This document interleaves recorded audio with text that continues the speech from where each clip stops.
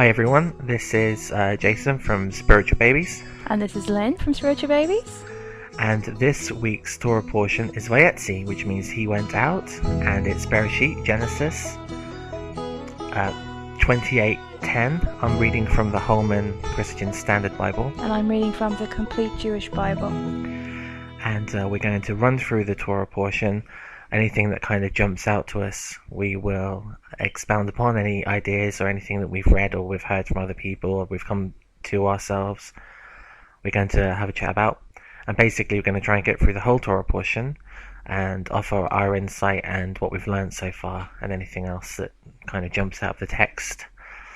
So I'm going to start. Before you start Yes. reading, if anything occurs to you, this is going to be up on our blog, so you're probably going to be getting it from there. Drop us a comment or check us out on Facebook. We're at facebook.com/Jason Spiritualbabies, so we'd love to hear from you. Any additional sound effects on top of our two voices are courtesy of Dublin outside, which this afternoon seems to be... Yes, they are not observing Shabbat. No, not at all. Okay, so we're going to start at 28:10, Jacob at Bethel. And basically we're going to read a chapter or a verse, and if anything pops up, we'll stop and talk about it then. Jacob at Bethel. Jacob left Beersheba and went forward towards Haran. He reached a certain place and spent the night there because the sun had set. He took one of the stones from that place and put it at his head and lay down in that place, and he dreamed. A stairway was set on the top with its top reaching heaven, and God's angels were going up and down on it. Yahweh was standing there beside him, saying, I am Yahweh, the God of your father Abraham, and the God of Isaac. I will give you and your offspring the land that you are now sleeping on. Your offspring will be like the dust of the earth, and you will spread out towards the west, the east, the north, and the south. All the peoples on earth will be blessed through you and your offspring. Look, I am with you, and will watch over you wherever you go. I will bring you back to this land, for I will not leave you until I have done what I have promised you. Okay, I didn't want to interrupt you mid-flow there, but I'll just bring you back to verse 13, and in mine it says, Then suddenly Adonai was standing there next to him, and he said, I am Adonai, the God of Abraham, your, in square brackets, grandfather, and the God of Yitzhak. So we're reading, the God of Abraham, your father, with grand in square brackets in front of it. Okay, well, while you're talking, I'm going to look this up and see if I can find anything from the Hebrew. Okay, well, when I read that first, I basically thought, okay, the God of Abraham, he is his grandfather, so he can't mean his physical father, or can he? I mean, we need to read this and we need to make sure we're getting to the bottom of it. But, I mean, when someone says your father, they can mean your forefathers, as in your ancestors. So that could be what he's referring to there. So it would read, I am Adonai, the God of Abraham, your forefather, and the God of Yitzhak. So maybe that makes sense. I'm not sure, but I was surprised at that. The indication is that in square brackets is that it's not, that it's implied, let's say, that it's not, it was added there to make sense by someone at some point. So from 13, in the King James, and behold, the Lord stood above it and said, I am the Lord, God of Abraham thy father, and God of Isaac. The land whereon thou liest, to thee I will give it, and to thy seed. So it says your father. It says, I am the Lord God of Abraham thy father. And if I look up what father is, it's Alv. AB, as Alb in English, I assume. The primitive word father in the literal and immediate. Or it's figurative as of a chief or some sort of patriarch, Okay. or a principal head. So it's the father of an individual. Or a father. Or a father of a people. Like a metaphorical father. Yeah. Like, so Abraham is the father of many nations. Okay, so as in the patriarch. Yeah. Okay, so it doesn't mean literal grandfather. So I wonder why they put that in. I wonder why when they put grandfather in, if father was a relevant enough word to use. You know? We have to remember that each Bible has its own agenda might be a strong word, but the complete Jewish Bible wants to put a specific like a lineage, like thing across, and maybe a more Christian-based Bible would want to put a different message across. So they pick a translation which is different enough from other translations not to infringe copyright, but which follows the aim of what they want to say in that passage. I just feel that adds more confusion than it needs to. I mean, without the grand in front of it still makes sense when it says your father, as in your ancestor. True. So, okay, so I interrupted you there. I think you were just at the end 16. of you're going to start 16. When Jacob awoke from his sleep, he said, "Surely Jehovah is in this place, and I did not know it." And he was afraid, and said, "What an awesome place this is! This is none other than the house of God. This is the gate of heaven." Now, what does yours say from 17? Then he became afraid and said, "This place is fearsome!" ! This has to be the house of God. This is the gate of heaven. Is the word for heaven there? Is it Shemaim? Is that the? It might well be, but what I'm just going to check here is. Yeah, in the King James it says, "And he was afraid, and he said, 'How dreadful is this place?'" So we have fearsome, awesome, and dreadful. I'd read that the word for afraid and the word for dreadful are the same word in the Hebrew, so I was just checking that, and it is. It's Yurah or Yareh, and it means to be fearful, morally to revere something, and to frighten, dreadful, fearful, to quake, to be in awe. And so it should read, "And he was in awe and afraid and fearful, and he said, 'How awful, fearful is this place.'" Well, that sounds a bit like an Irishism, doesn't it? It's awful, fearful. Yeah. You'd often hear people say that. But I'd heard before someone who is a God-fearer would be familiar with that term. Is more accurately someone who's in awe of God or is hugely respectful of God. Yeah. So that makes a lot of sense. But yeah, the word, this is the gate of heaven. Yeah, it's Shemaim. Shemaim. So that means a physical, like the heavens as in the sky. The abode of the stars, the kind of the canopy or the dome of heaven, as opposed to the physical theatre and temple that God dwells in. Because, well, the depiction that we often see, I'm sure we remember pictures of like this escalator style stairway with angels going up and down, and I would assume that angels exist in a spiritual plane rather than the actual sky. So I don't know what that means really. Whether that telling us this is the gate of heaven, as in a hole in the sky, or is it the gate, like the gate where heaven begins, and behind that is where everyone resides, if you know what I mean. That's a valid question. I wonder if they had a very simplistic view of the world, and the world that they lived in was something they could go up and touch. Yeah.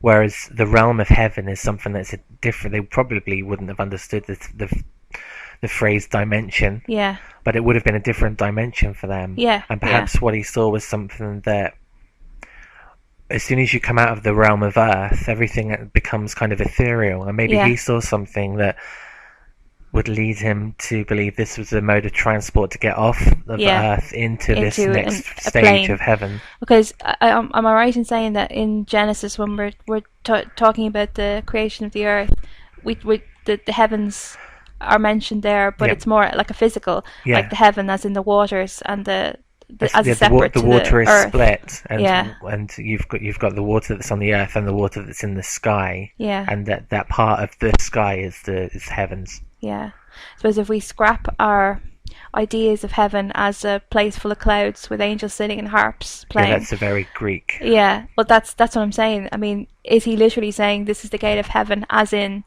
the gate, a hole in the sky where something else happens behind it? Yeah, or is it our preconceived notion of what heaven is? Kind of, it masks that. I think when we read it, we read heaven and go, "Oh, heaven."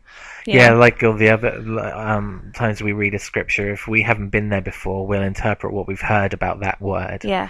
But I personally, I think that Jacob saw something that he believed was a way of traveling into another realm or another world that he would call heaven or Shemayim. Yeah. which doesn't necessarily measure up to What we pearly think gates and of. harps and clouds. Yeah, that's pretty cool. So, Maybe what go were from we up 18 to? there. 18. Yeah. Early in the morning, Jacob took the stone that was near his head and set it up as a marker. It might sound unusual to anyone that hasn't been through the Torah portions before that Jacob slept on a stone, but this was a done thing. Yeah, I found this kind of confusing. Well, not confusing, but I thought this was odd. Yeah, you Why think, you'd sleep on a how stone. comfortable could that be? Yeah. But he would have had a travelling cloak and possibly a fur, and between the ground, the travelling cloak, and the fur, he would have made a raised area for his head. Yeah. And it wasn't unusual for shepherds to sleep with their head on a rock. Yeah. In the opening of ever the field was that was containing the flock. So anything would have had to go through the shepherd to get to the flock. Okay, yeah. But the rock was just a way of lifting their head. And as weird as that sounds now, Asian countries still do this. That's true. They have the roundy pillows, isn't they? Well, they've wooden blocks that they sleep on. And would it have been warmed from the day, do you think? Do you think it would have retained heat? It's possible. Because I mean, you think of a stone, sleeping on a stone as being, cold, but if it was out in the heat all day, it might have retained its heat. That's why a lot of animals in the desert sit on stones to kind of retain heat. Even in the States, there are areas in Death Valley where you can fry an egg on the rock during the daytime, and I assume that rock... It must keep some heat. And we look at the history of even the last 300 years, and it wasn't unusual for people to put rocks into a fire and then wrap them in a blanket and put them into their bed to warm their bed. So if there is a heat in a rock, it takes a long time for it to go away. So it's possible. So it could have been more comfortable than it looks. Yeah, absolutely. He poured oil on top of it, so basically he anointed that rock. So he set it upright and poured olive oil on it. Okay. And and named the place Bethel, though previously the city was named Luz. Then Jacob made a vow: if God will be with me and watch over me on this journey, if he provides me with food to eat and clothing to wear, and if I return safely to my father's house, then the Lord will be my God. This stone that I have set up as a marker will be God's house, and I will give to you 1/10 of all you give me. Yeah, okay, so first of all, we go back to the standing stone again for a sec. He was carrying olive oil? Like he had it with him? It's possible. Okay. I know it's used for lots of things. We don't know it's olive oil. It could just be oil, and you can get oil from lots of different places. No, it says olive oil on mine. Oh, does it? Yeah. Just he poured olive oil on its top. Specifically what... Yeah. Well, I know. I mean, you use olive oil for lots of things other than just cooking.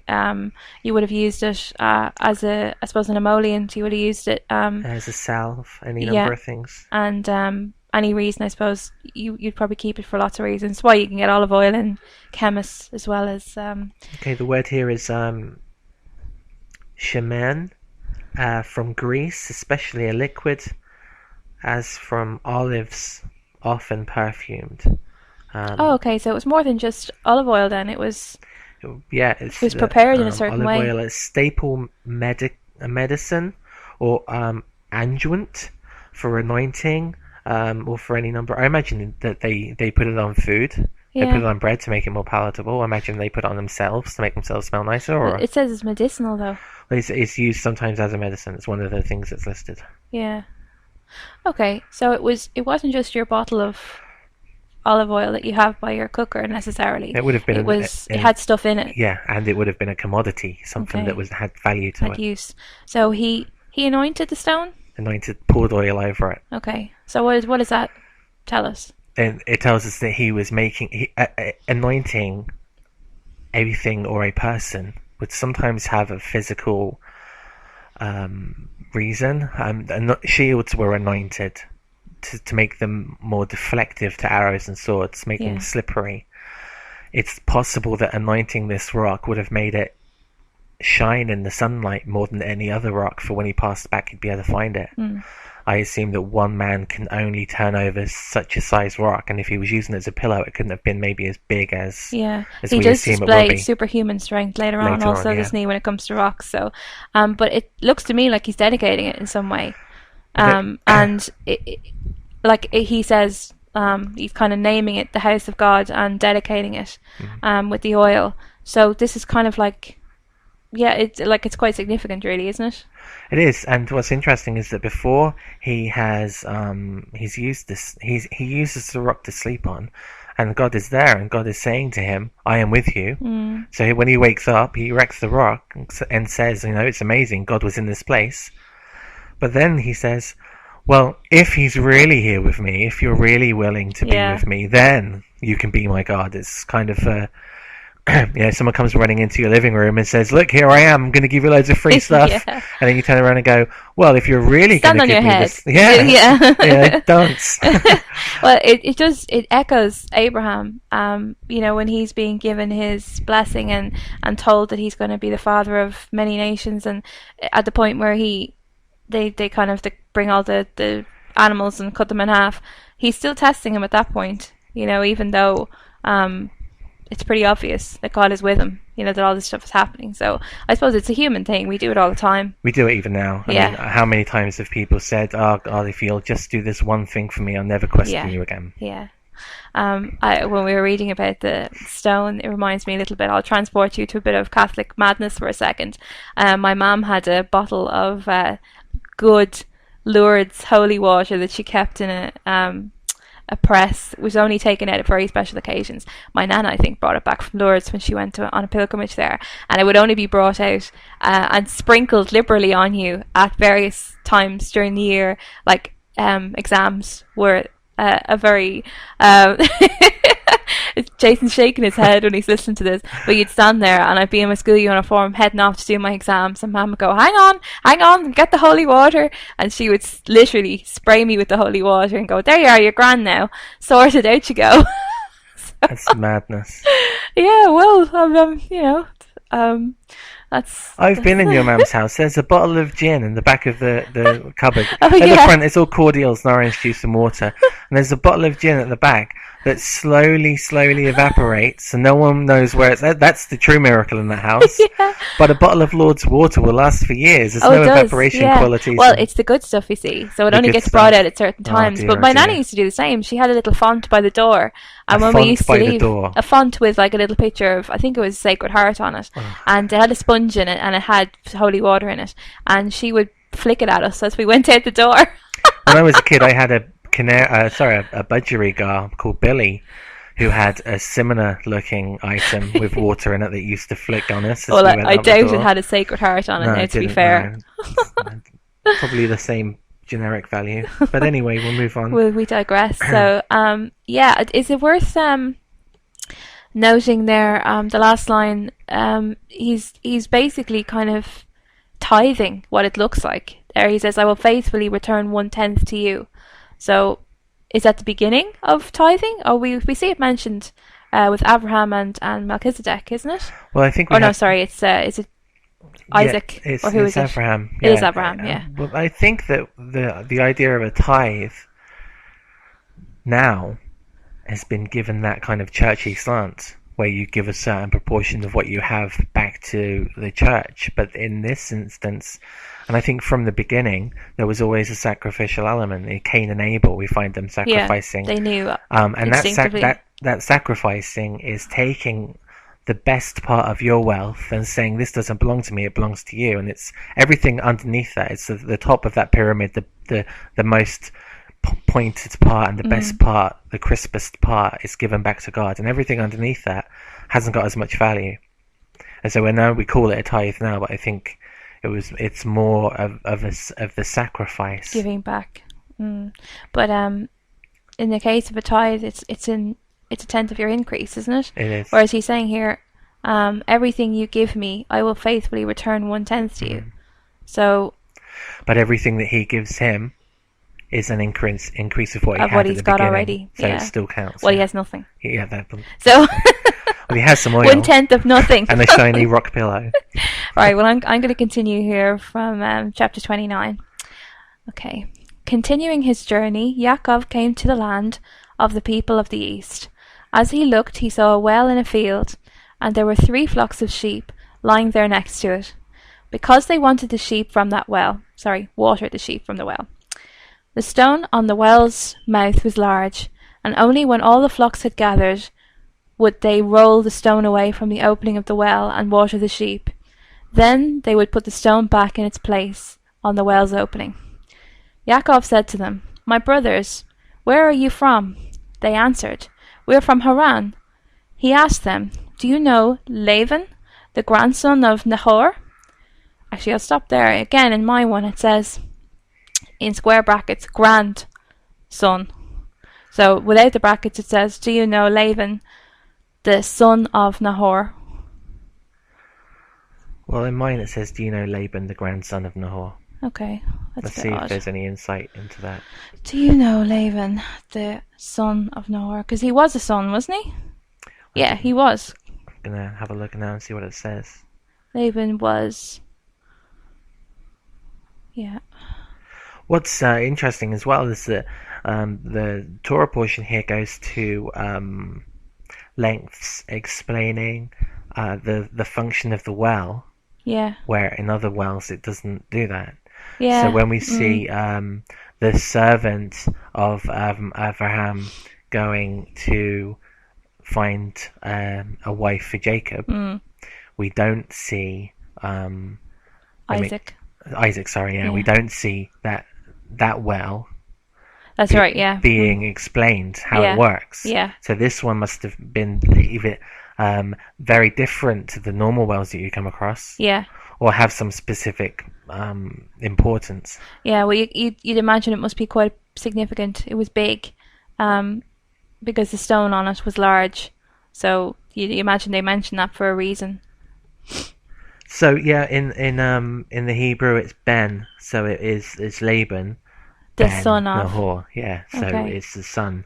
So why are they saying grandson? That said, although it can mean a physical son, a son can be a son of a son of a son of a son, and it can still be Ben the patriarch. Okay. You know, generally it isn't, but it can still have. But that's a different word to the one that we saw a couple of verses back. Yeah, because that was father.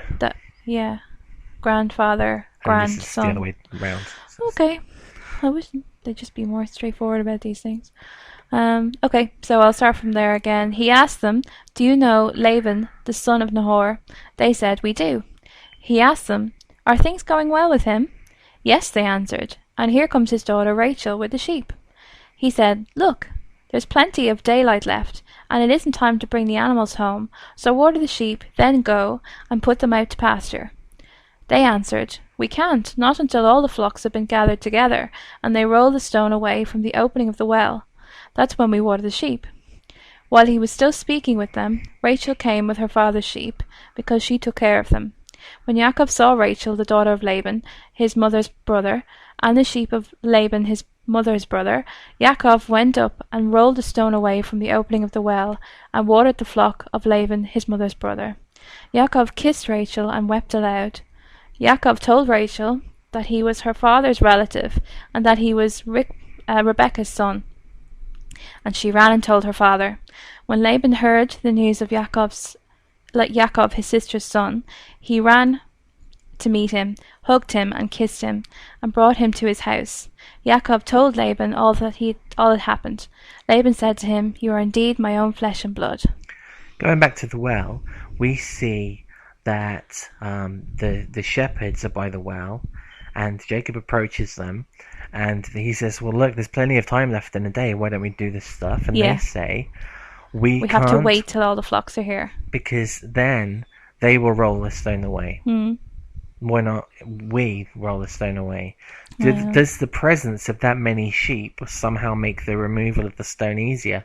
Do they nudge it away? Does the heads of 50 sheep and goats give enough force to exert that off?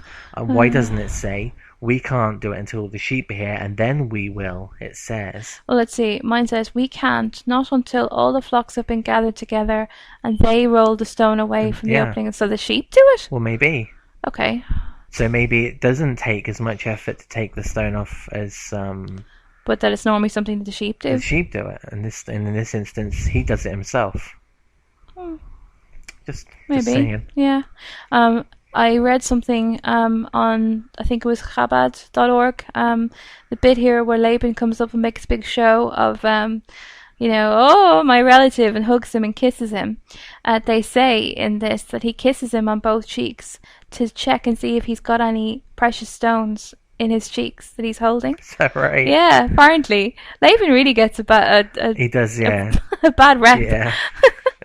I don't know, maybe it was a thing that you would put precious stones in your mouth. I think that's quite precarious, really. Well, Laban does get a bad press, but we wonder whether he deserves that bad press. Yeah. Because he gets a bad press from what he does do in the Torah. So he's not kind of money grabbing just once. Yeah.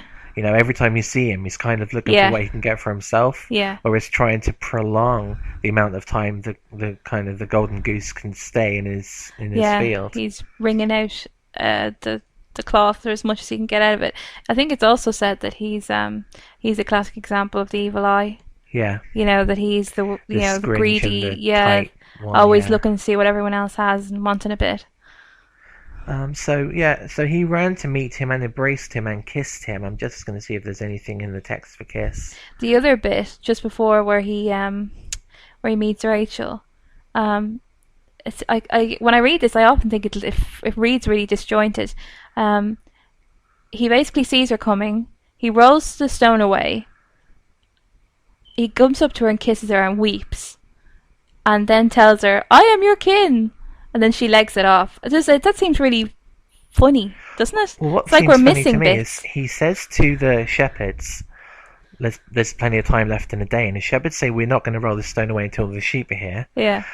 And then he sees the girl, and so he disregards everything the shepherds have just told him, and rolls the stone away anyway. Yeah. And is he like, well, she's a very good-looking young girl. I'm just gonna flex my muscles. I'm gonna do this now, so I don't have to waste any more time, and leg it off towards her. Yeah.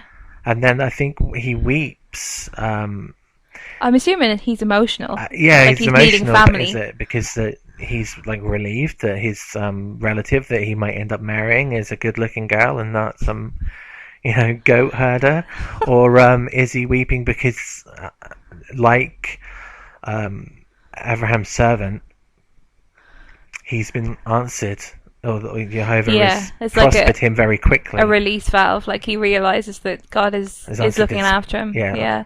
I just always thought that was a bit odd. He came up to her and cries in her face and goes, "You're my cousin," and she runs away. It just seems strange way to get things going. So where are we? Laban said to him, "You are indeed my own flesh and blood." After Yaakov stayed with him for a whole month, Laban said to him, "Why should you work for me for nothing, just because you are my relative? Tell me how much I should pay you." Now Laban had 2 daughters. The name of the older was Leah, and the name of the younger was Rachel. Leah's eyes were weak, but Rachel was good looking, with beautiful features. I'll just jump in there. Leah means weary. Oh. So she's her eyes are weak. Weak can mean weary and tired. And it's possible that her eyes weren't just squinty, that they were just tired. Maybe she worked a lot harder than her sister does. Yeah. Does it say weak in yours? Because I've heard there's a couple of words used there instead of weak. Well, I've got, in the Hebrew, it says weary. Weary. Oh, sorry, and her eyes were... So like, Rachel was beautiful, and just on a side note, Rachel is a ewe, so it's kind of a female sheep. Or... something that sits in pasture. Leah was tender-eyed. Oh, okay. And tender, we'll have a look here, is arach, and arach is tender, which is literally or figuratively soft, delicate, weak. So we do get the impression that her eyes were weak, rather than squinty. In the case of, obviously she wouldn't have had glasses or any of those kind of things, so she may have had issues which caused her to have maybe sensitivity to light or any amount of issues with her eye. Maybe she just couldn't see very well, which meant that she possibly had to do more around the tent rather than being out in the fields shepherdessing. And Rachel, by comparison, is described as good looking with beautiful features. Well favoured. Well favoured. I think I've heard it as well that she was beautiful in form and face. So not only had she a pretty face, but she was a nice slip of a girl as well. Rachel being well favoured would mean that if Laban and the family looked at on Rachel as kind of the pinnacle of their daughters, Rachel would have been kind of the daughter that they put in the shop window. Yeah. So now we have Jacob coming along looking at getting a daughter. Yeah. And like, come in, look at all the fantastical stuff we've got. Just look in the window. And there's Rachel in the window. But because Laban's Laban, he wants to sell the idea of Rachel. And as we find out later on, he actually delivers in the package something that isn't Rachel. So Leah means weary and Rachel means you. Is that right? Yeah. Okay. So, yeah, I'm just wondering, like, we often like to look at the names because they can be significant with regard to either the type of personality that person is or like a kind of prophecy.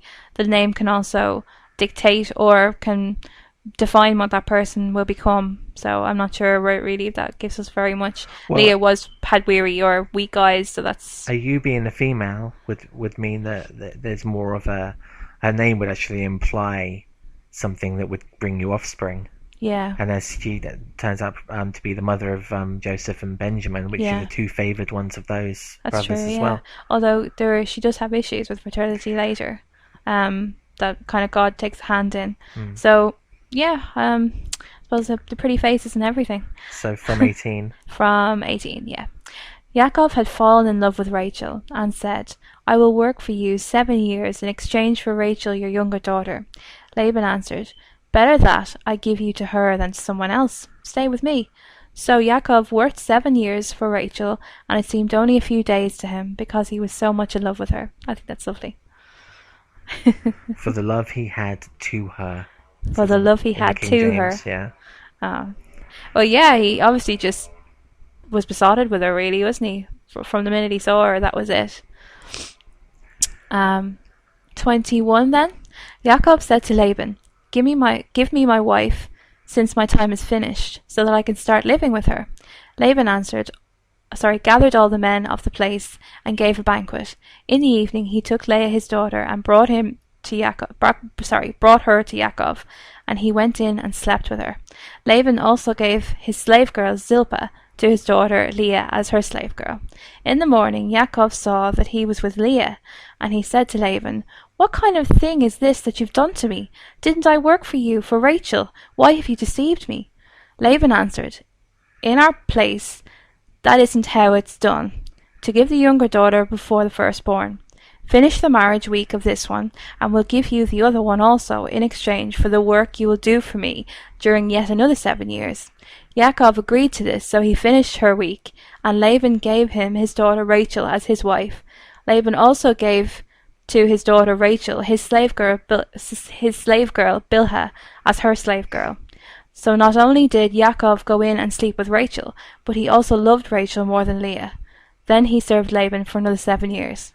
Okay, so there's a lot in that, which just rewinded back there. So Yaakov agrees with Laban to have Rachel for his wife, but he's going to work 7 years for her, and it's only like a few days because he's so much in love with her. So it gets to the point where they're going to have the marriage banquet and seal the deal, but Laban does a sneaky one and switches for Leah.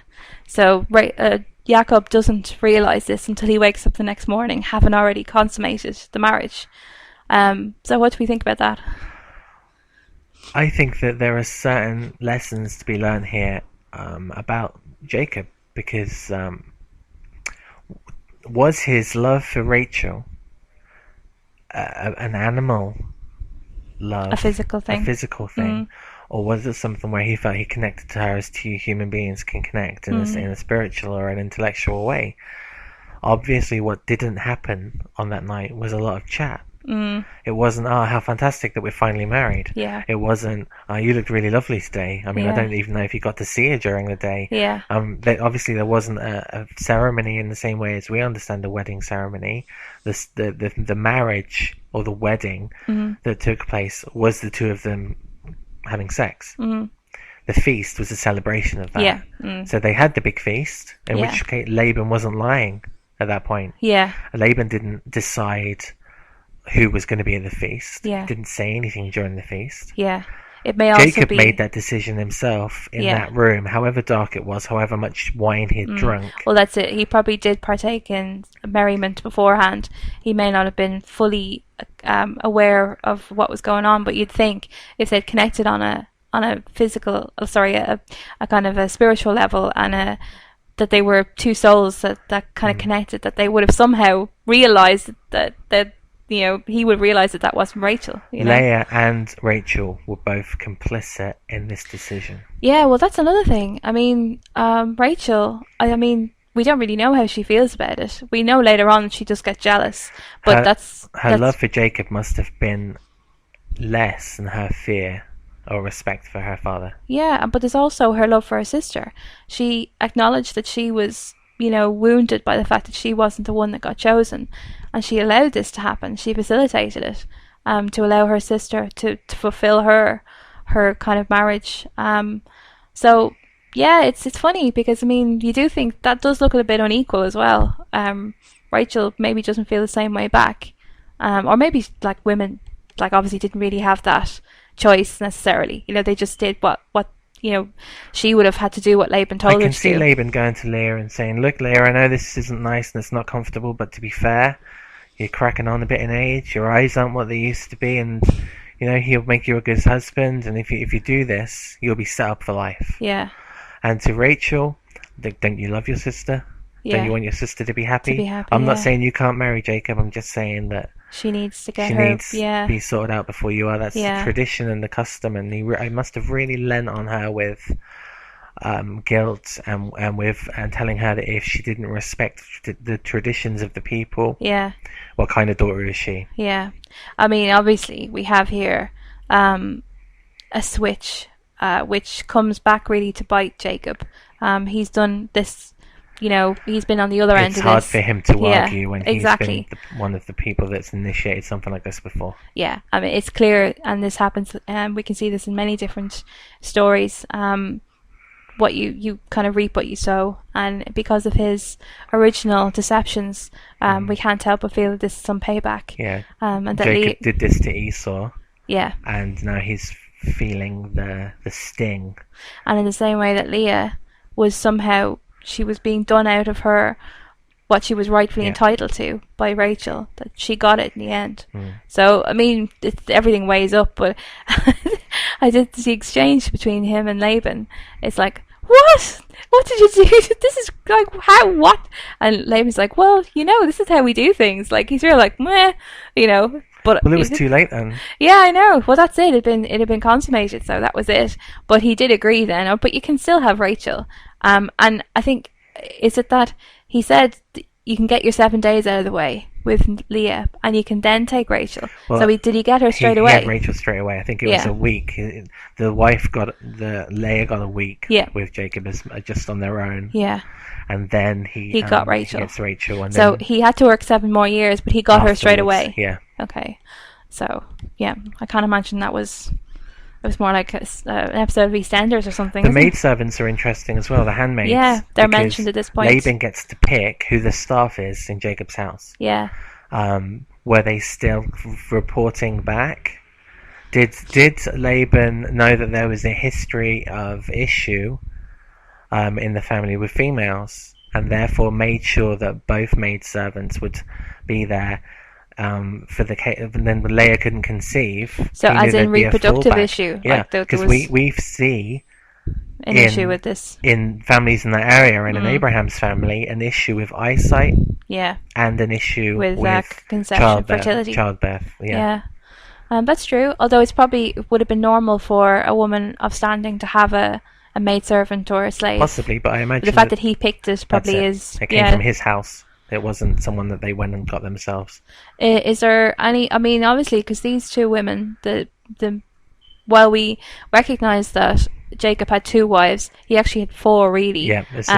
So these 2 women also were the mothers of some of the tribes. So, I mean, what significance do they... I mean, they're kind of left out of it, but, they did... I suppose tradition will dictate that Jacob is the head of the tribe. Yeah, so they're all... And wives, unfortunately, don't really get much say, especially if there's more than one of them. Yeah. But as soon as he went into one of those handmaidens, technically they were the text sometimes will say, Yeah. and he made her his wife. Yeah. So but absolutely, they were also his But wife, there's like a still lesser wife. Yeah, Yeah. there's still a hierarchy. Yeah. But because they mothered the tribes which were to come later, there is a significance, because there absolutely is a problem between the children of Rachel versus the children of Leah. I mean, the Joseph story later shows us that there is a problem between those. There is rivalry. So I do think there is some significance in it. Do we know the names, whether there's any significance in the names of the slave girls? We could... Oh, with the slave girls? Yeah. Let's see.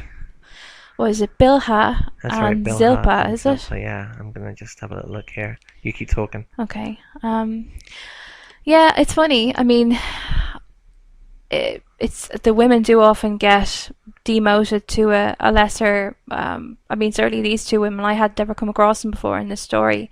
But I mean, they're important parts of the quest. Okay, Zilpah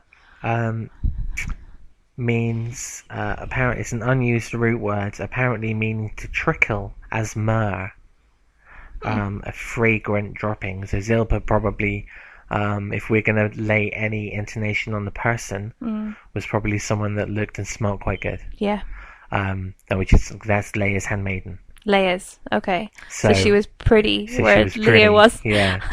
So it's I know, Jacob, I'm stinging you a little bit with this sister. She's not great looking, but look at her handmaiden. Yeah. So now we're gonna have a look at the one that Bilhah, which was Rachel's handmaiden. Yeah. Let's find that one. It's here somewhere.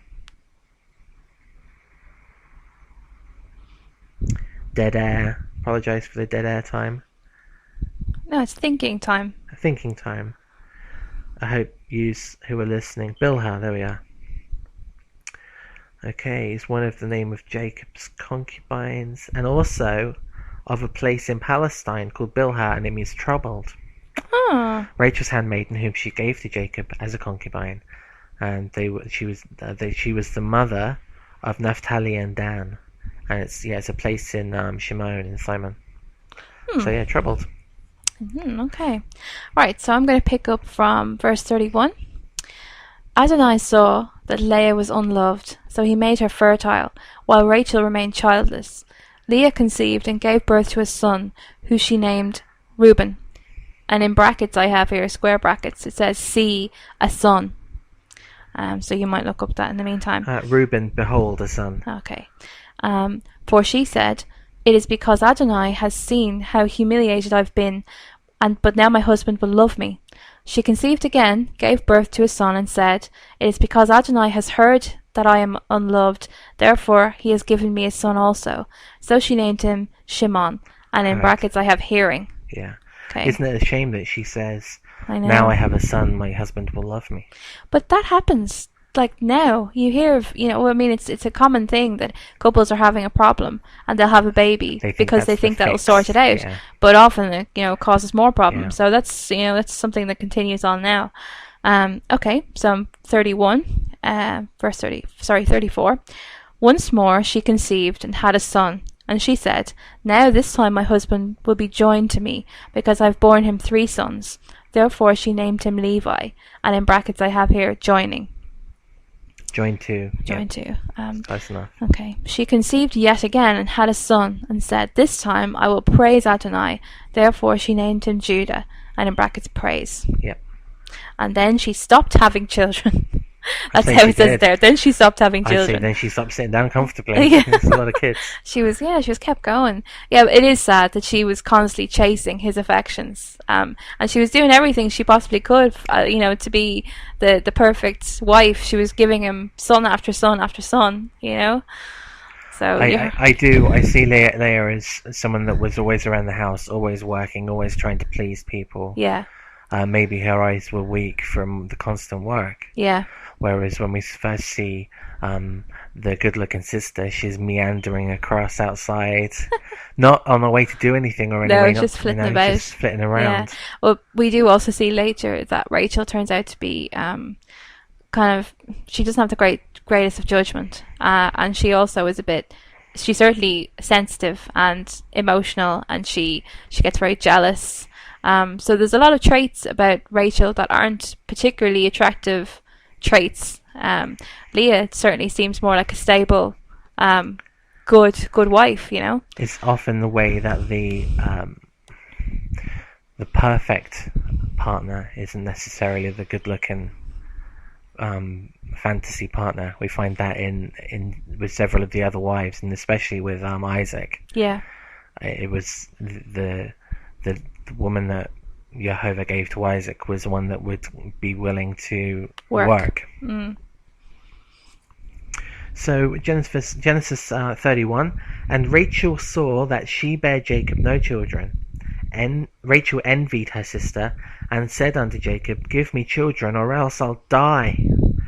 And Jacob's anger was kindled against Rachel. So it didn't, it's we're kind of alright on our own. And when Rachel starts whining about kids, Jacob's like, man, I've got four kids already, And what do you want me to do? It's up to God.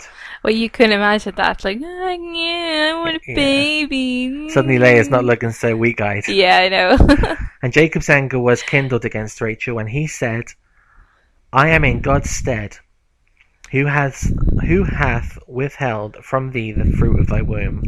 And by which he means, like, it's God that's made this decision. That's kind of harsh, isn't it? In mine it says, he answered, am I in God's place? He's the one who's denying you children. So that's sort of like, it's not very sensitive on his behalf, really, is it? Like, she's obviously upset about not being able to have children, and his response to her is, what am I going to do about it? It's God that's making this decision, not me. So it's hard going. And she said, Here is my slave Bilhah, go sleep with her, and she'll bear children from me, so that through her I too can build a family. So Rachel gave her slave Bilhah to Jacob as a wife. Do you have as a wife? Yeah, as his wife. Okay, and he slept with her. Bilhah conceived and bore Jacob a son. Rachel said, God has vindicated me. Yes, he has heard me and given me a son. And she named him Dan. And it says here he judged.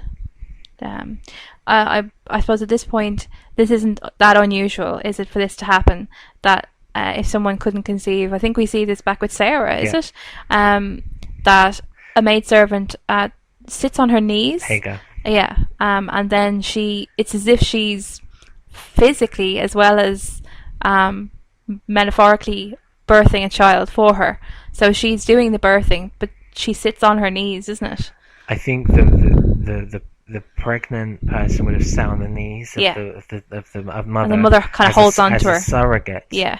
And they probably both would have been screaming. Yeah. Both pushing. So it's as if kind of that she's, not only is she part of it, but she's part of the birthing process as well. So it's nearly like she's sitting in for her. So it's, not only is she kind of giving... She's midwifing. Yeah, exactly, yeah. But like in a very physical way. Yeah. She's not sitting there holding her hand. Rachel's slave Bilhah conceived again and bore Jacob a second son. Rachel said, in my wrestlings with God... I'm not saying that there's anything special in that sentence, but my wrestlings with God, I have wrestled with my sister and won. Yeah, well, that's... mine it just says... Rachel said, I have wrestled mightily with my sister and won. But it doesn't mention God there at all. In my wrestlings with God, I have wrestled with my sister and won, and she named him Naphtali. Yeah. So let's have a look and see if the King James and the Hebrew has any. In brackets after Naphtali, I have my wrestling. So that's where that comes from. In the King James, and Rachel said, with great wrestlings I have wrestled with my sister, and she, and I have prevailed. So I'm just going to have a quick look and see if there's anything in the Hebrew. So that one doesn't necessarily mention wrestling with God either? No, it doesn't. Okay, I see what's happened here. Great. Oh, it means of God, is it? It's Elohim. Oh, okay. So it's a plural intensity for gods, or plural intensity for God. It just means big, very big, huge. Okay. So in my great... God-like wrestlings would have been a fair translation as well. Okay, because this says mighty. I have wrestled mightily with my sister, so that makes sense I as think well. mighty is Shaddai. Well, that Yeah, which is another yeah, word it's for another God. word for God. Yeah, Interesting. yeah. Okay. When Leah saw that she had stopped having children, she took her slave Zilpah and gave her to Jacob as a wife. Leah's slave Zilpah bore Jacob a son. Then Leah said, "What good fortune!" and she named him Gad. Which means good fortune. When Leah's slave Zilpah bore Jacob a second son, Leah said, "I am happy that the women call me happy." So she named him Asher.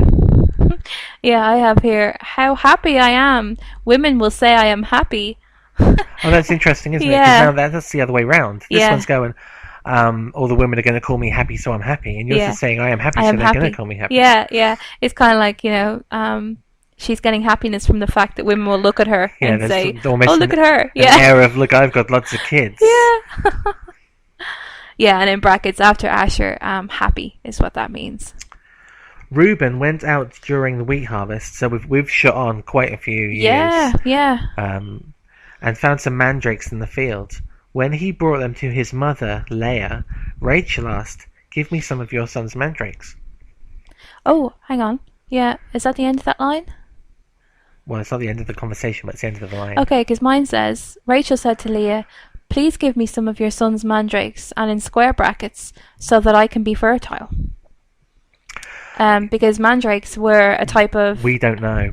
Well, it is said that mandrakes were a type of... Aphrodisiac. Yeah, well, they had health-giving properties, so that could mean fertility, it could mean general. You see, it could have also meant, like with chocolates, they say it's an aphrodisiac, but it also increases your endorphins so that you feel happy. Yeah, it could have been a sugar rush. Yeah, so you're more likely to be in the mood if you with this kind of root. Mandrakes, eh? Yeah. Are they specific to the land? Did we hear that? I don't know, and they're kind of no one's really sure what they are, so we don't know whether there are something that exists today under a different name, or whether they're kind of a specific thing, that isn't around anymore. Yeah. So the let's say the intimation here is that she wants them so that she can be fertile, or that she wants to get some private time. Yeah. Just excuse this. This is just coming to the end of our Shabbat here, and it's starting to get dark, so I'm just going to put the light on.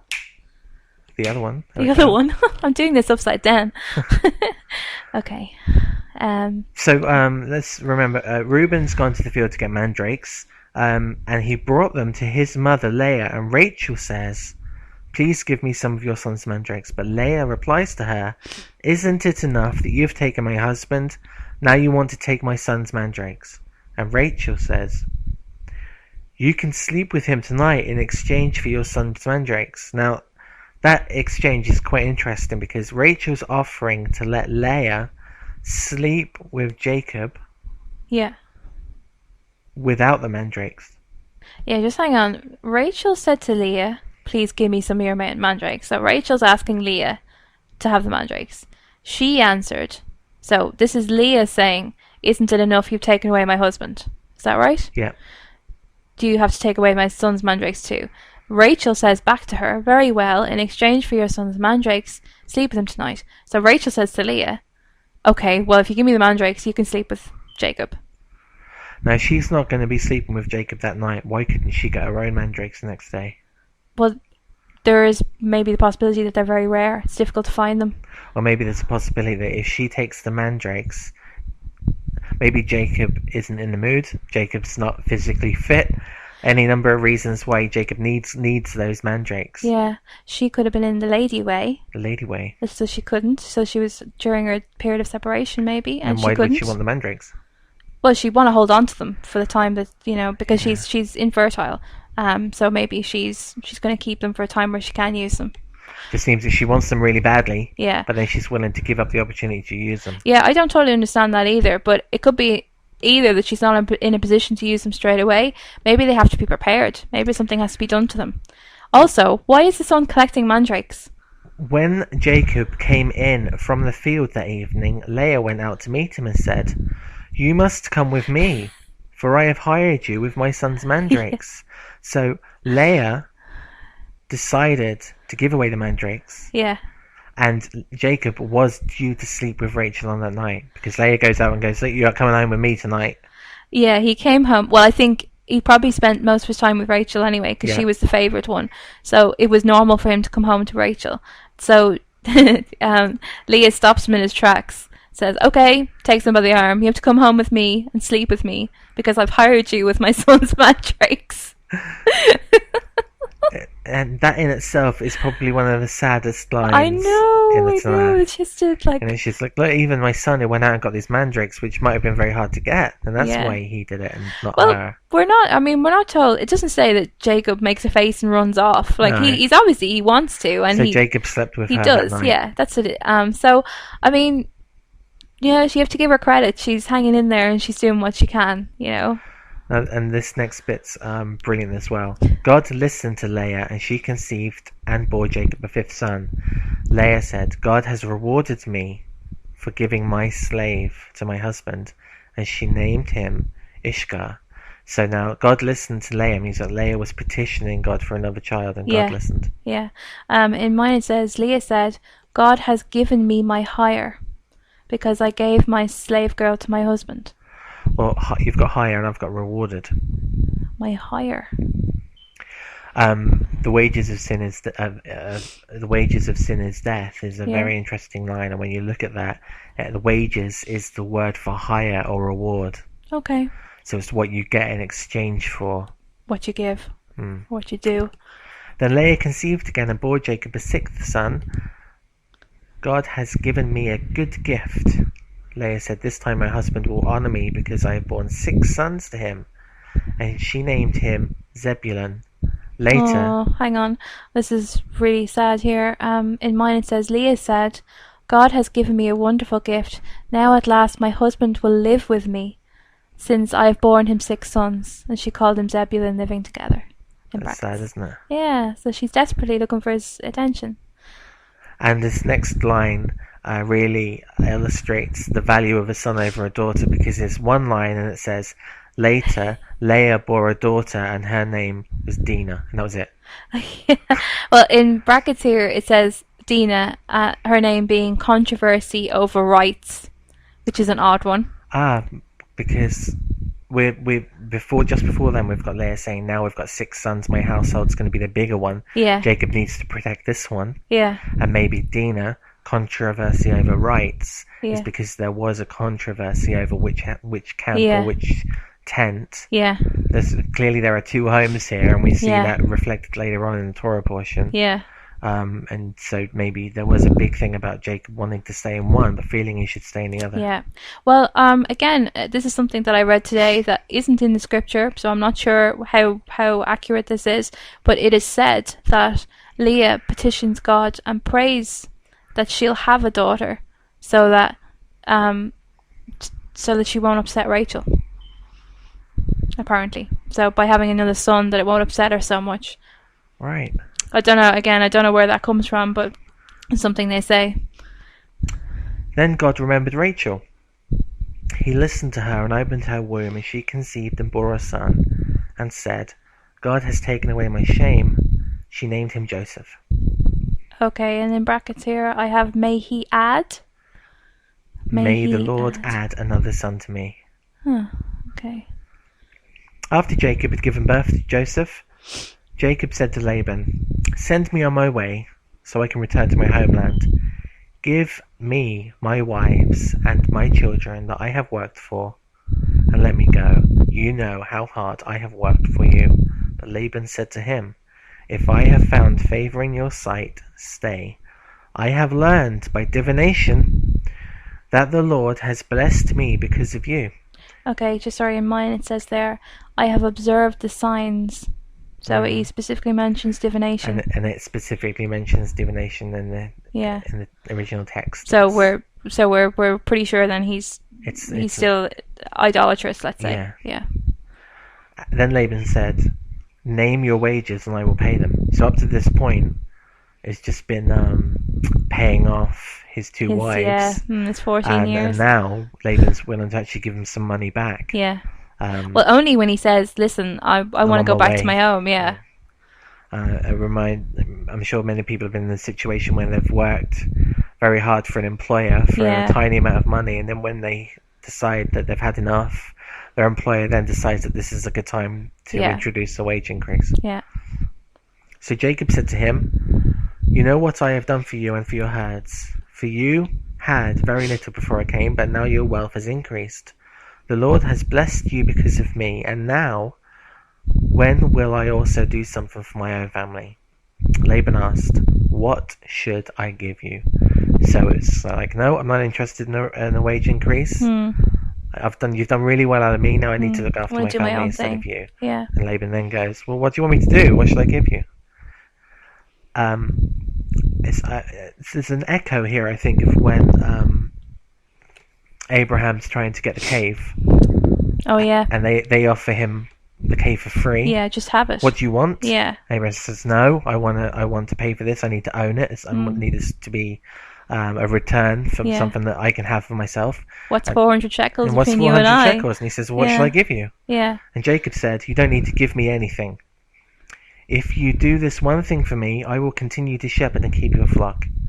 Let me go through all your sheep today and remove every sheep that is speckled or spotted, every dark-coloured sheep among the lambs, and the spotted and the speckled among the female goats. Such will be my wages. In the future, when you come to check on my wages, my honesty will testify for me. If I have any female goats that are not speckled or spotted, or any lambs that are not black, they can be considered stolen." "Good," said Laban. Okay. "Let it be as you have said." I'll bring you back to the point here. Something that I had read, it's kind of from Jewish tradition, that says that Jacob spent 14 years before he broke out on his own. He spent time at the first yeshiva, which would have been set up by Shem. Is that right? So some of the sages. Exactly. So again, what I'm saying here is not based in the scripture. In the scripture we're reading, this is something that is said from tradition. That basically he spends those 14 years studying Torah and at yeshiva, and that this gives him the backbone to start out on his own. So he makes this decision not when he first meets Laban and when he first decides that what his plan is going to be. He waits 14 years, and at that point, after he has studied Torah and he is sure-footed about what he's doing, then he makes his move. But it does say here that he's been working all this time pasturing Laban's herds, so I can't see how that's possible.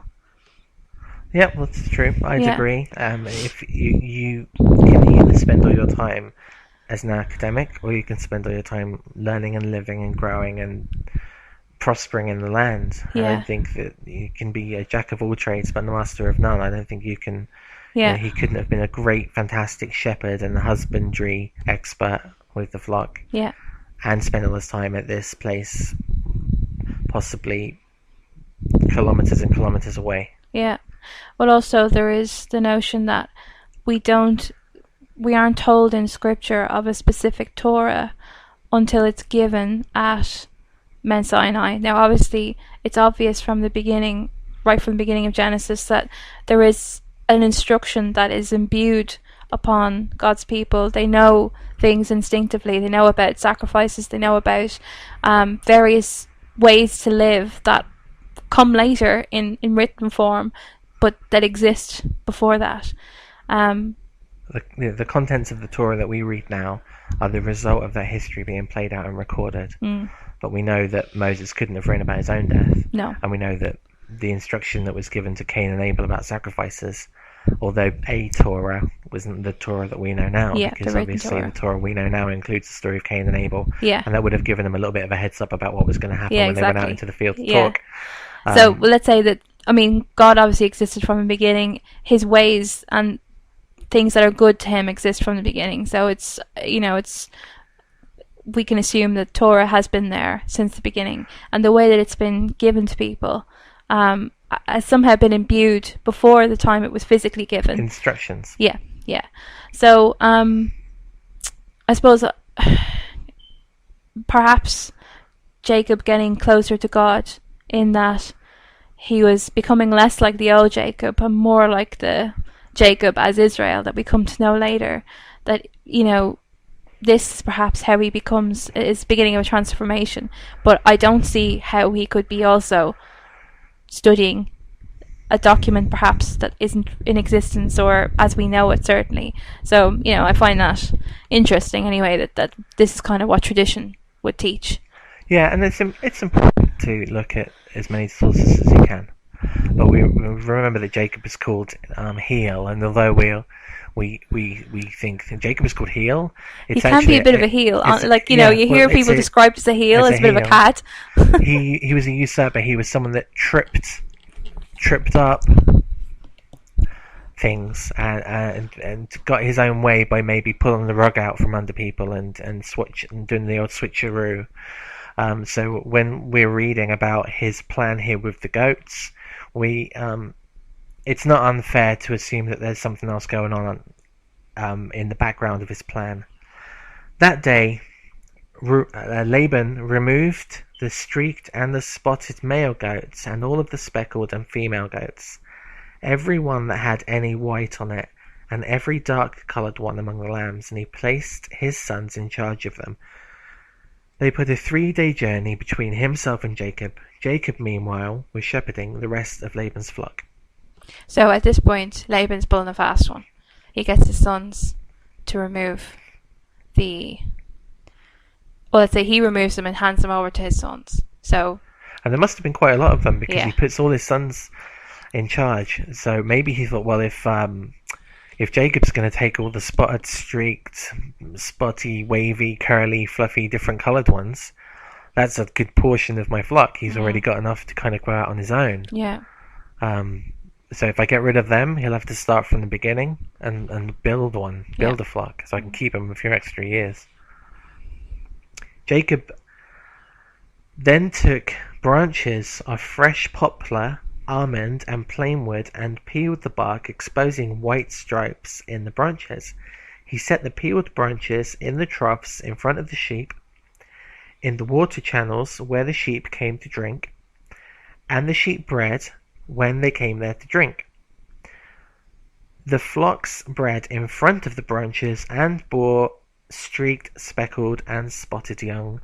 Jacob separated the lambs and made the flocks face the streaked and the completely dark sheep in Laban's flocks, and he set his own stock apart and did not put them with Laban's sheep. Now there's it seems like magic that by putting the streaks and strips into this wood and planting those sticks into the water, somehow they were going to produce streaked and speckled and spotted young. And there are some theologians that have said that the understanding is that when the sheep looked and when the goats looked at these spots and stripes, that their mind was on spots and stripes, and somehow the young was then spotty and stripy. Science might tell us at some point that there's something in the sap of the bark.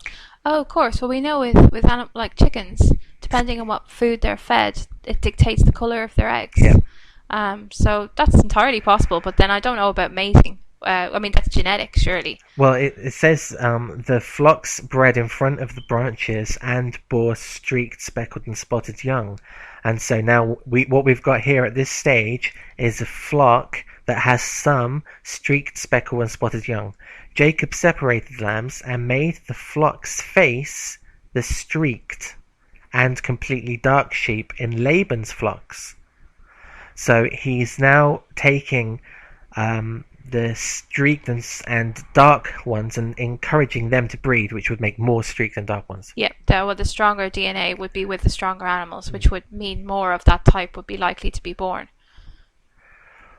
So it's kind of husbandry. His husband, yeah. With a little bit of jim jam. Yeah. Whenever the stronger, that's a real word, you can look that up. Whenever the stronger of the flock were breeding, Jacob placed the branches in the troughs. So when the strongest animals were in the mood for some husbandry, Jacob did the trick with the branches to try and ensure that the offspring of those flocks were streaked and dark. Okay, so we'll continue with chapter 31. But then he heard what Laban's sons were saying. Yaakov has taken away everything that our father once had. It's from what used to belong to our father that he has gotten so rich. He also saw that Laban regarded him differently than before. Adonai said to Yaakov, "Return to the land of your ancestors. Go to your kinsmen. I will be with you." So Yaakov sent for Rachel and Leah, and had them all come to the field where his flock was. He said to them, "I see by the way your father looks that he feels differently towards me than before. But the God of my father has been with me. You know that I have served your father with all my strength, and that your father has belittled me and has changed my wages 10 times. But God did not allow him to do me any damage." I have cheated me Oh, and okay. changed my wages 10 So times. where I have belittled, it's cheated. I Is have it? cheated, yeah. Okay. But God did not allow him to do me any damage. If he said, "The speckled would be your wages," then all the animals gave birth to speckled young. And if he said, "The streaked would be your wages," then all the animals gave birth to streaked young. Oh, that's interesting because Laban Laban Changing and his Jacob mind. made an agreement about what type, and at the Yeah. beginning Jacob says, "I'll take all the streaked, speckled, and Mottled. weird Yeah. coloured ones." Mm. But obviously, he's saying here that Laban came to him and said, "No, I've changed my mind. It's only the streaked ones." Or, "I've Yeah. changed my mind. It's only the Yeah. speckled ones." So he's perhaps looking at the output for that particular crop, and he's saying, Yeah. "Okay, well, there's more spotted ones, so give him this the time you'll have striped. streaked ones." Yeah. Yeah. But either way, God prospers him. So there's no good going up against that. Okay. This is from verse 9. "This is how God has taken away your father's animals and given them to me. Once, when the animals were mating, I had a dream. I looked up, and there in front of me the male goats, which mated with the females, were streaked, speckled, and mottled. Then in the dream the angel of God said to me, 'Yaakov,' and I replied, 'Here I am.' He continued, 'Raise your eyes now and look. All the male goats mating with the females are streaked, speckled, and mottled. For I have seen everything Laban has been doing to you. I am the God of Bethel, where you anointed a standing stone with oil, where you vowed your vow to me. Now get up, get out of this land, and return to the land where you were born.' Rachel and Leah answered him, 'We no longer have any inheritance from our father's possessions, and he considers us foreigners, since he has sold us. Moreover, he has consumed everything we received in exchange for us.' So we see here that the two girls do hold some reservations about their father. They feel like they were possessions to be sold, really, and they feel disrespected. And it also looks like he has spent whatever wealth allocation that had been given to them. So they're not happy bunnies. Also, on the previous part, we see another instance where you have that kind of that textural rhythm of calling a name and then the person saying, "Here I am." Yeah. Abraham and Yehovah had that instance, and so did Abraham and Isaac, and now it's Jacob and Abraham and Yehovah, and this is Jacob, and he replies, "Here I am." Yeah. "Nevertheless, the wealth which God has taken away from our father has become ours and our children's anyway. So whatever God has told you to do, do." So we see here that the wealth that the girls or the women had taken from them and been used by their father now has been accumulated through Jacob and then back to them. So God is looking after them regardless. And they also say here to do whatever God has told you to do, which kind of echoes the story of Rebecca, where with her family, and they say when the serpent comes and asks for her to be taken back to Isaac, they say, "Okay, well, if Yahweh says it, then do it." And in this it says, "In fact, all of the wealth that God has taken away from our father belongs to us and to our children." And so it's almost as if they're saying that, well, we would have had to have waited until Laban gave us this wealth or he died. But now So God's actually dynamically taken it from him and given it to us. Yeah. Okay, so from verse 17. "Then Yaakov got up, put his sons and wives on the camels, and carried off all his livestock, along with all the riches he had accumulated, the livestock in his possession which he had acquired in Padan Aram, to go to Yitzhak his father in the land of Canaan. Now Laban had gone to shear his sheep, so Rachel stole the household idols that belonged to her father, and Yaakov outwitted Laban the Aramite by not telling him of his intended flight." So we see here Laban goes off to shear his sheep. Rachel nips in and steals her father's household idols, which is a little bit confusing. She sees the power of Yahweh and she sees how it's prospered her husband, but she still, I don't know whether she holds some stead in the household idols because she's grown up with them and this is kind of what her father did, or is she trying to get back at her father because she knows that it will freak him out. yeah. So it kind of gives him the two fingers at the same time. So I don't know. It's an odd thing to do. It's an odd thing to do to steal them and keep them. Yeah. If you're just trying to get back at someone. Yeah. Why not just throw them away? Unless she has a plan for them at some point afterwards. Or she still believes they have some power and she doesn't want to give them avoid. up. I mean, we have to. Tradition tells us that Abraham is the first monotheist. Yeah. Laban and the rest of the family are still. They come from idolatrous. Yeah. So although minds. she might see that the God of Abraham, Isaac, and Jacob is prospering them, maybe her faith isn't dynamically and directly in line with monotheism, with Yahweh being the only God. Yeah.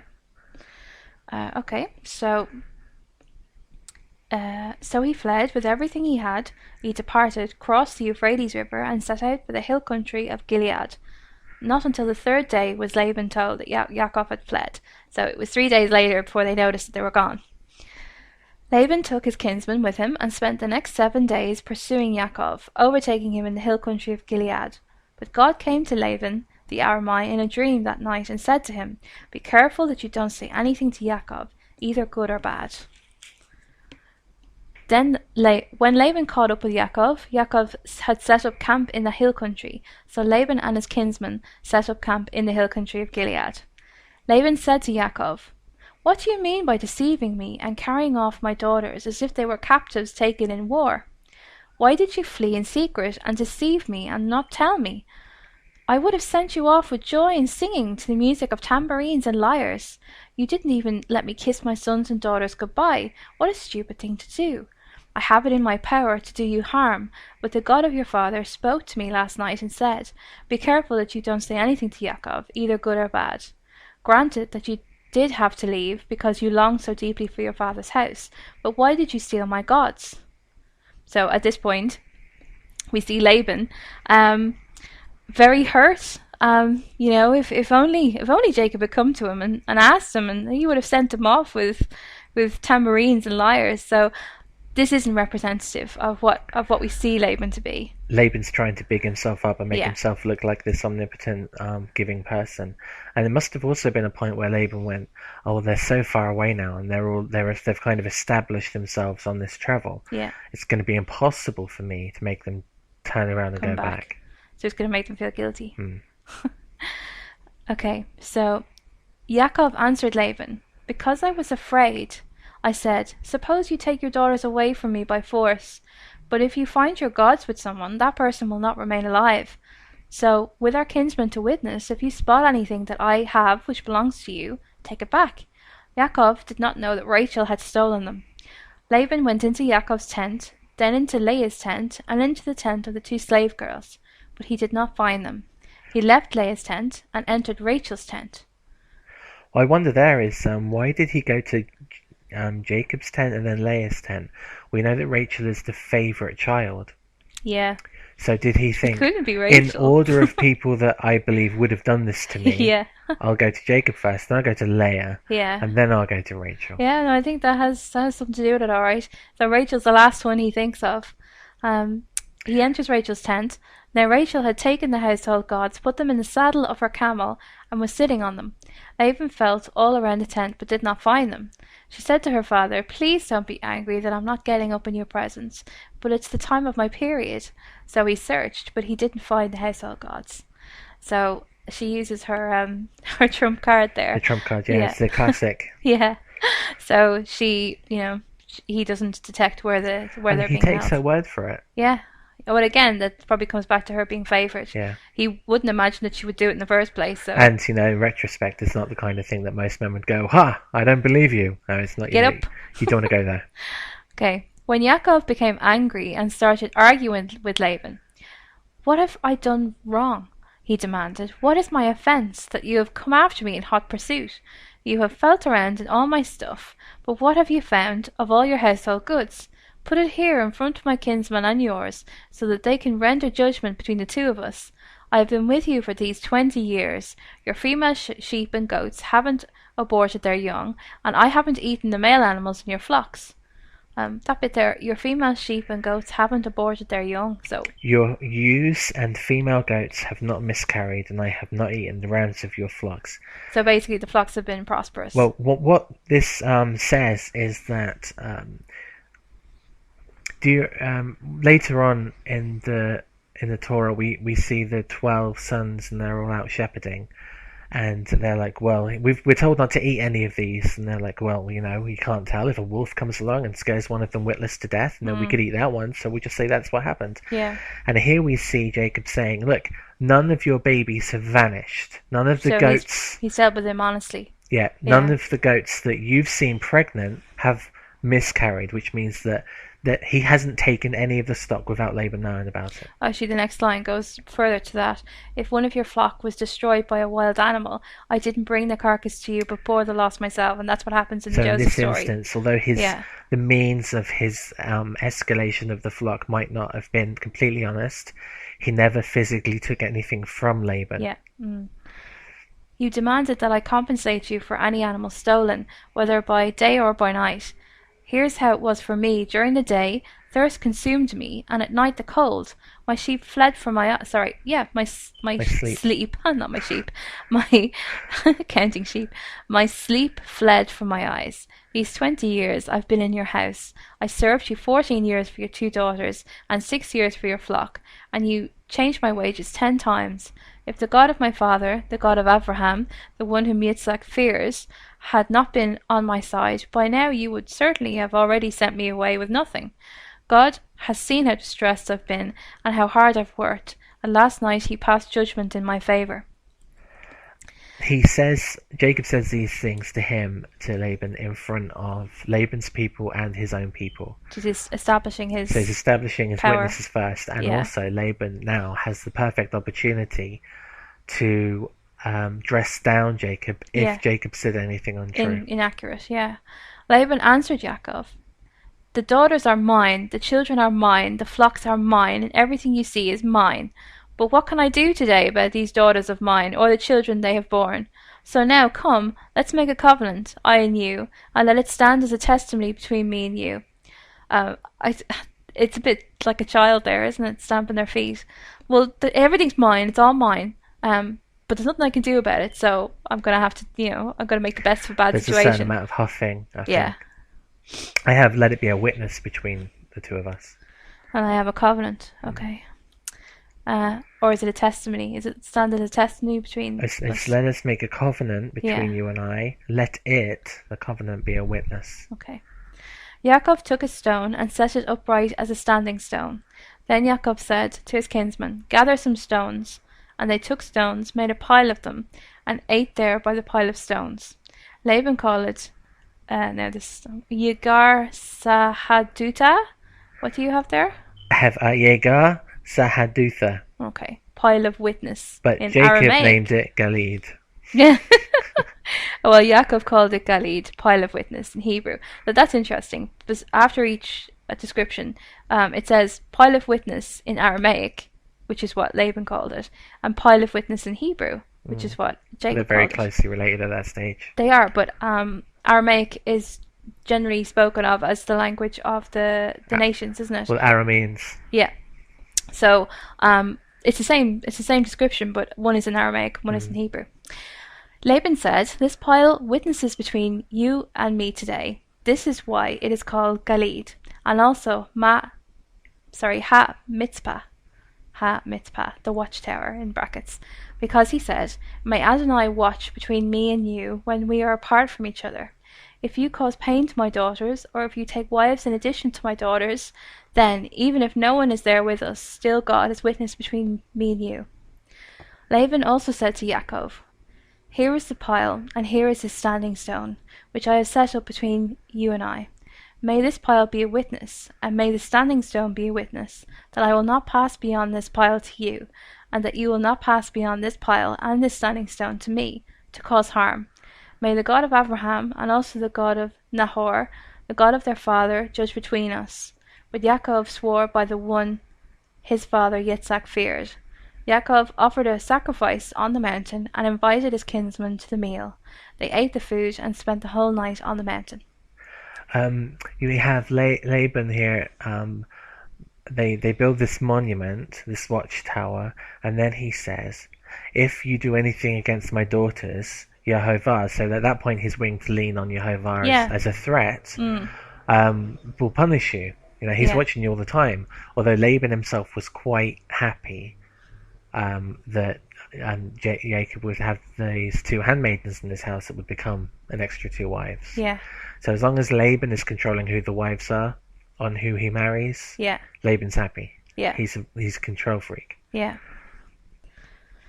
Okay, so this is in mine here. In chapter 32. This is the summarizing passage. Early in the morning, Laban got up, kissed his sons and daughters, and blessed them. Then Laban left, returned to his own place. Yaakov went on his way, and the angels of God met him. When Yaakov saw them, he said, "This is God's camp," and called that place Machan Ayim, and in brackets, two camps. He seems a bit matter of fact, isn't it? It is the angels of God. Hi, this is God's camp. It's a bit Yeah, well, I have Jacob went on his way, and God's angels met him. When he saw them, Jacob said, "This is God's camp." So were the angels there, and for that reason he named it God's camp? Or is he saying it to the angels that come to him?